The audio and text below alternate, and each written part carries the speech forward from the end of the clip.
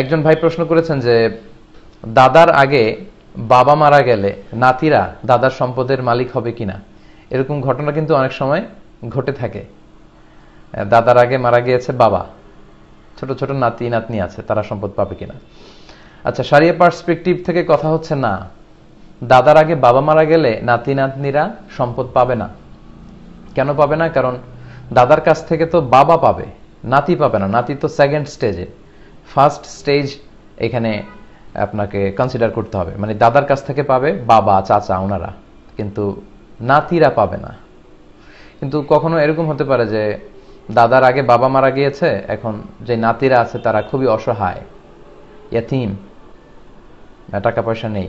তো তখন দাদা যেটা করতে পারে, দাদা ওয়াসিয়াত করতে পারে, ওয়াসিয়া যেটাকে উইল বলে। 1/3, 1/3 সর্বোচ্চ, বা তার কম, কিন্তু তার বেশি করা যাবে না, ওয়াসিয়াত করা যায়। সেক্ষেত্রে যারা ওয়ারাসা, বাই ডিফল্ট উত্তরাধিকার সম্পদের মালিক হবে, তাদের ব্যাপারে ওয়াসিয়াত করা যায় না, বরং যারা ওয়ারাসা নয় তাদের ব্যাপারে ওয়াসিয়াত করা যাবে।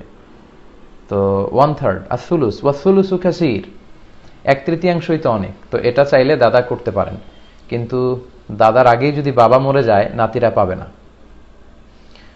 তবে হ্যাঁ, নাতিরা আসবা হিসেবে পেতে পারে যদি চাচা না থাকে।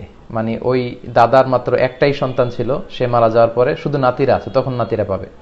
কিন্তু যদি চাচা থাকে তাদের, তাহলে নাতি নাতনিরা সম্পদ পাবে না। তো সেক্ষেত্রে অনেকে বলে ইসলামের তো এটা ইনসাফপূর্ণ বিধান হচ্ছে না। তো সেক্ষেত্রে ইসলাম ইনসাফের যে রাস্তাটা খোলা রেখেছে সেটা হচ্ছে ওয়াসিয়াত করা যেতে পারে 1/3। দাদা চাইলে নাতি নাতনিকে সর্বোচ্চ 1/3